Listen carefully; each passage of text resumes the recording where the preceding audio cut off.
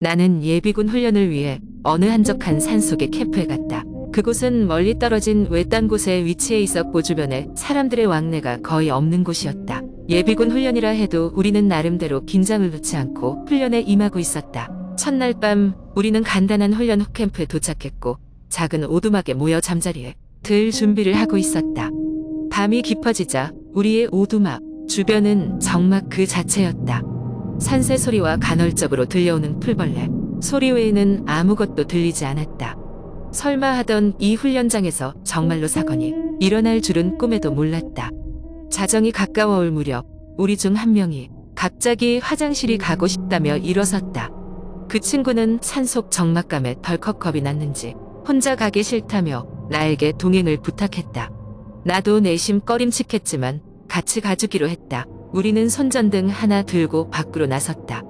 화장실은 오두막에서 조금 떨어진 곳에 있었다. 깜깜한 어둠 속에서 우리는 조심스럽게 발걸음을 옮겼다. 화장실에 도착한 우리 둘은 각자 이를 보곤 다시 오두막으로 돌아가기로 했다. 그런데 그 친구가 갑자기 이상하게 행동하기 시작했다. 너무 이상해. 뒤에서 누가 나를 쳐다보고 있는 것 같아. 나는 무슨 소리냐며 그를 진정시킨 다음 돌아가자고 했다. 그런데 그 순간 정말로 등 뒤에서 무언가가 우리를 지켜보고 있는 것 같은 한기에 휩싸였다. 무서움의 속도를 내며 오두막으로 돌아가던 도중 나도 모르게 뒤를 돌아보게 되었고 그때 나는 평생 잊지 못할 광경을 목격했다. 흐릿한 달빛 아래 멀리서 우리를 쳐다보고 있는 하얀 옷을 입은 여자의 형상이 있었다. 그녀의 얼굴은 온통 피로 뒤덮여 있었고 긴 머리카락이 헝클어져 있었다. 나는 입이 딱 벌어져 그 자리에 얼어붙을 뻔했지만 친구가 나를 재빨리 끌어당겨 오두막으로 도망치게 했다. 오두막에 도달하자마자 문을 잠그고 동료들에게 방금 겪은 일을 털어놓았다. 다들 처음엔 믿지 않았지만 우리가 숨을 몰아쉬며 이야기하는 모습을 보고 조금씩 불안해하기 시작했다. 우리 중 한 명이 용기를 내어 창밖을 내다보았지만 아무것도 보이지 않았다. 그 불안감 속에서 한 동료가 말했다. 저 여자 아마 이 산에서 죽은 사람일지도 몰라. 옛날에 여기서 사고가 몇 번 있었거든. 누군가의 제안으로 우리는 마지막 근무자를 뽑아 교대로 보초를 서기로 했다. 하지만 마음에는 여전히 두려움이 가득했다. 스치듯 본 그 여인의 얼굴이 계속 눈앞에 떠오르곤 했다. 그 밤은 지독히도 길었고 우리는 겨우 아침이 되기를 기다렸다. 날이 밝자 우리는 훈련 본부에 이 사실을 알리기로 하고 아침 훈련 후 지휘관에게 낱낱이 보고했다. 지휘관은 우리의 이야기를 들은 후 잠잠히 고개를 끄덕이더니 차분하게 설명했다. 여기서 그런 소문이 돌고 있는 건 사실입니다. 예전에 이 근처에서 여자가 강도에게 습격당해 죽은 일이 있었어요. 그 사건 이후로 간간히 나타난다는 이야기가 전해오고 있습니다. 여러분이 본 것 같군요. 그 후로 우리는 다시는 그곳에서 하룻밤을 보내고 싶지 않았다. 훈련이 끝나고 모두 무사히 집으로 돌아왔지만 그 하얀 얼굴의 여자는 때때로 꿈에 나타나곤 했다. 많은 시간이 흐른 지금도 나는 그 밤의 공포를 간직하며 다시는 그런 외딴 곳에서 밤을 보내기 두려워한다. 그리고 지금 내가 이 이야기를 이렇게 인터넷에 올리고 있는 순간에도 여전히 그 여인이 내 방 창문을 통해 나를 쳐다보고 있는 것만 같다. 이번에도 헛것이길 바라면서 마우스를 내려놓고 커튼을 닫을 생각이다. 혹시나 여러분 중 그 여인을 보게 된다면 제발 달리시오. 부디 그녀의 시선을 마주치지 말길. 두 번째 이야기. 한국의 작은 마을. 비가 억수같이 내리고 밤하늘에는 별이 하나도 보이지 않던 어느 날 밤이었다. 그 마을에 사는 주민들은 모두 그날의 기억을 잊어버리고 싶었다. 이 이야기는 바로 그날 밤 이서라는 젊은 여성이 겪은 일이다. 이서는 서울에서 살다가 도심의 복잡함에 지쳐 작은 마을로 돌아오기로 마음먹었다. 도심의 시끄러운 소음과 끊임없는 스트레스에서 벗어나 조용한 시골 생활을 꿈꿨다. 그녀는 부모님이 돌아가신 뒤로 몇 년간 비어있던 오래된 한옥집으로 이사했다. 집은 오래되었지만 고즈넉한 분위기와 평온한 자연 환경이 그녀의 마음을 사로잡았다. 그날 밤도 평소처럼 이서는 일찍 잠자리에 들었다. 엄청난 피로감에 몸을 맡기자마자 깊은 잠에 빠져들었다. 그런데 갑자기 이상한 소음이 들렸다.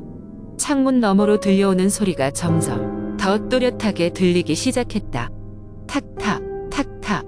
무언가가 창문을 두드리는 소리였다. 그녀는 꿈속인지 현실인지 헷갈렸다. 이서가 눈을 뜨고 바라보니 창문 밖 밖에는 아무것도 보이지 않았다. 하지만 그 소리는 멈추지 않고 계속되었다. 그녀는 소리의 정체를 알아내고자 창문으로 다가갔다. 창문을 열자마자 차가운 바람이 불어와 이서의 몸을 감쌌다. 그러나 창문 밖에는 아무것도 없었다. 그녀는 다시 문을 닫고 침대로 돌아가려고 했다. 그런데 그때 창문 너머로 흰 그림자가 스치듯 지나갔다. 뭐지? 이서는 마음속으로 자신에게 물어봤다. 뭔가 잘못된 것 같았다. 평범한 밤이 아닌 것 같은 불안감이 그녀를 엄습했다. 이서는 정신을 차리고 창문을 다시 열어보았다. 이번엔 더욱 신중하게 밖을 살폈지만 여전히 아무것도 보이지 않았다. 그녀는 창문을 꼭 닫고 커튼을 치며 다시 침대에 누웠다. 시간이 지나도 계속된 그 소음 때문에 잠을 잘 수 없었던 이서는 결국 전등을 켜고 책을 읽기 시작했다. 책 속의 글자들은 그녀에게 일종의 안도감을 주었다. 그러나 그 순간 창문을 두드리는 소리는 점점 더 격해졌다. 이제는 단순한 소음을 넘어서 강한 두드림으로 바뀌었다. 그녀는 더 이상 참을 수 없어 창문을 열고 소리를 질렀다. 거기 누구 있어요? 그만해요. 그러나 대답은 돌아오지 않았다. 그 대신 끓어오르는 듯한 차가운 공기와 함께 무언가 그녀의 귀에 속삭이듯 말했다. 도와줘. 그 소리는 매우 낮았지만 이서는 분명히 들을 수 있었다. 무의식 중에 뒤를 돌아보던 이서의 시야에 방 안구석에 낡은 옷장을 보게 되었다. 옷장은 오래된 집과 함께 존재해왔던 고풍스러운 가구였다. 갑자기 이서는 옛날부터 전해져 내려오는 마을 사람들의 이야기가 떠올랐다. 그 옷장 속에는 오래전 실종된 한 여인의 영혼이 갇혀 있다는 이야기였다. 이서는 급히 책을 덮고 일어나 옷장을 향했다. 무언가 알 수 없는 힘이 그녀를 이끌었다. 다가갈수록 그 소리는 더욱 크게 들려왔다. 도와줘. 제발. 소리는 확실히 옷장 안에서 들려왔다. 이서는 이 상황이 꿈인지 현실인지 혼동하게 되었다. 손을 떨면서도 그녀는 옷장 문을 열기로 결심했다. 옷장 문을 열자마자 차가운 바람이 그녀의 얼굴을 때렸다. 그리고 그 안에는 놀랍게도 사람이 있었다. 아니, 정확히 말하자면 사람들이라고 할 수 없었다. 그들은 반투명하면서도 뚜렷한 형태를 갖고 있었다. 여러 영혼들이 옷장 안에 갇혀 있었다. 그중 한 여인이 이서를 마주보며 말했다. 우리를 구해줘. 이 옷장 안에서 영원히 가둘 순 없어. 이서는 무서워서 뒤로 한 걸음 물러났다. 그러나 그 영혼들의 고통스러운 표정을 보고 무언가 해야겠다고 결심했다. 어떻게 하면 될까요? 이서는 두려움 속에서도 그 말을 했다. 영혼들은 그녀에게 어느 고목나무 밑에 숨겨진 어떤 아이템을 찾아오라고 말했다. 그 아이템이 그들을 자유롭게 해줄 것이라고. 이서는 급히 외투를 걸치고 어두운 밤거리를 나섰다. 비가 여전히 내리고 있었지만 그녀는 멈추지 않았다. 영혼들이 말한 고목나무는 마을에서 조금 떨어진 산중턱에 있었다. 그녀는 후레쉬를 들고 그곳으로 향했다. 길을 가는 도중에도 이서는 여러 가지 소름 끼치는 소리를 들을 수 있었다. 먹먹한 밤에는 각종 동물들의 울음소리와 함께 알 수 없는 속삭임이 그녀를 따라다녔다. 결국 고목나무에 도착하자 이서는 땅을 파기 시작했다.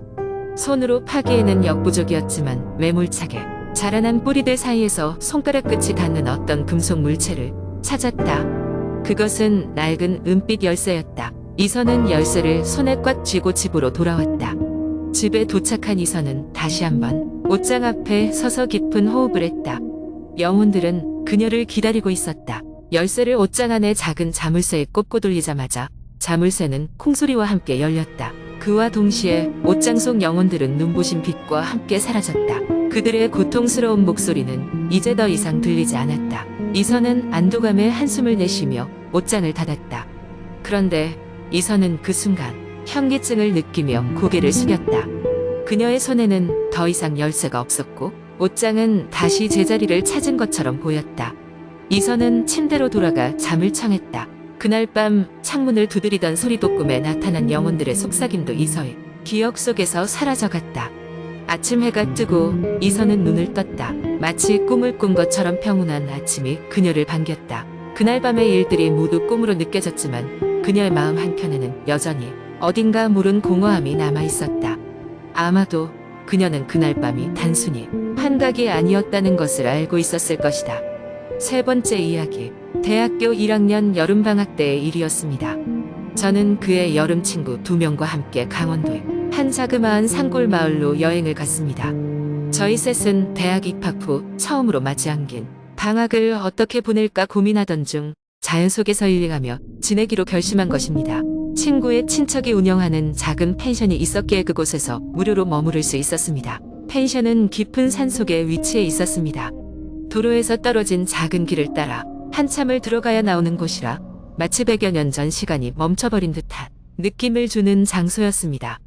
도착했을 때는 해가 지기 직전이었는데 속에 가라앉은 어둠과 차분한 바람이 저희 3명의 마음을 설레게 했습니다. 펜션에 도착해 짐을 풀고 펜션 주인인 어르신이 준비해 주신 저녁을 맛있게 먹고 나니 어느덧 밤이 되었습니다. 친구들끼리 오랜만에 모였기에 밤늦도록 이야기 꽃을 피웠고 주인 할아버지께서 마련해 주신 펜션의 작은 거실에서 3명이 함께 침대를 깔고 누우니 어느새 피로가 몰려와 금방 잠이 들었습니다. 하지만 그날 밤 저는 이상한 꿈을 꾸게 되었습니다. 꿈속에서 저는 제가 자는 방의 문을 열었는데 바로 앞에는 기이하게 생긴 인형이 서 있었습니다. 작은 나무로 만든 인형이었는데 인형인데도 마치 살아있는 생명체처럼 느껴졌습니다. 인형은 서서히 머리를 돌려 저를 바라보더니 깊은 눈으로 제 영혼을 꿰뚫듯이 응시했습니다. 그 차가운 시선에 등골이 오싹해져서 그만 꿈에서 깨어버리고 말았습니다. 깨어보니 어둠 속에서도 주변이 희미하게 보일 정도로 밝은 달빛이 창문을 통해 방 안으로 들어오고 있었습니다. 달빛에 비친 방 안은 조용했고 친구들은 여전히 잠들어 있었습니다. 하지만 뭔가 불길한 기운이 여전히 방 안을 감싸고 있었습니다. 저는 꿈에서 깬 뒤 도저히 다시 잠들 수가 없어서 방 안을 둘러보기 시작했습니다. 그 순간 어떤 소리가 들렸습니다. 처음에는 바람 소리인 줄 알았는데 점점 더 선명하게 들려왔습니다. 그 소리는 낮은 목소리의 속삭임이었습니다. 이리 와, 이리 와 하는 기괴한 소리가 제 귀에 들려왔습니다. 저는 심장이 두근거리기 시작했지만 용기를 내어 그 소리가 나는 쪽으로 다가갔습니다. 문득 저희 방 구석에 놓여있던 작은 서랍장이 눈에 들어왔습니다. 그 서랍장은 분명 아까 낮에 보았던 위치와는 달리 미세하게 열려 있었습니다. 제 호기심을 이기지 못하고 서랍장으로 다가가 서랍을 열었을 때 저는 그 안에서 아까 꿈에서 보았던 그 인형을 발견하게 되었습니다. 인형은 마치 누군가가 일부러 숨긴 것처럼 서랍 안에 깊이 숨겨져 있었습니다. 두려움에 휩싸인 저는 서둘러 인형을 서랍장 안에 다시 밀어넣고 서랍을 닫은 후 침대로 돌아와 이불을 뒤집어 쓰고 떨면서 밤을 보냈습니다. 시간이 어느 정도 지났는지 문득 잠이 들었는데 아침이 밝아올 때쯤 친구들이 저를 깨웠습니다. 저는 친구들에게 밤새 있었던 일을 얘기했지만 친구들은 제 이야기를 대수롭지 않게 여겼습니다. 하지만 그날 이후 저희 셋은 묘한 불길한 기운을 느꼈고 결국 예정보다 일찍 여행을 마무리하고 집으로 돌아오기로 했습니다. 집에 돌아와서는 꿈에서도 본 그 인형의 모습이 계속 떠올라 인터넷을 통해 비슷한 인형에 대해 조사하기 시작했습니다. 그때 알게 된 사실은 그 인형이 지역 전설 속에서 사람의 혼을 빨아들이는 저주받은 인형이라는 것이었습니다. 그 인형이 있는 마을에는 끔찍한 사건들이 종종 일어났고 인형을 발견한 사람들은 대부분 난데없는 불행을 맞이했다는 기록이 있었습니다. 그제서야 저는 서랍장에서 그 인형을 보는 순간부터 느꼈던 불안과 두려움이 단순한 기분 탓이 아니었음을 깨달았습니다. 그 주인 할아버지는 분명 그 마을에서 일어난 여러 사건들에 대해 알고 있었을 것이고 아마도 외부인인 저희에게 그것을 숨기려 했던 것 같았습니다. 그 이후로 저는 그런 종류의 여행이나 낯선 장소에는 더 이상 가지 않게 되었습니다. 아직도 가끔 꿈속에서 그 인형이 나타나 저를 응시하는 기분이 들 때가 있습니다. 여러 해가 지나서도 그때의 기이한 경험은 마음 깊숙이 남아 저를 끊임없이 불안하게 만듭니다.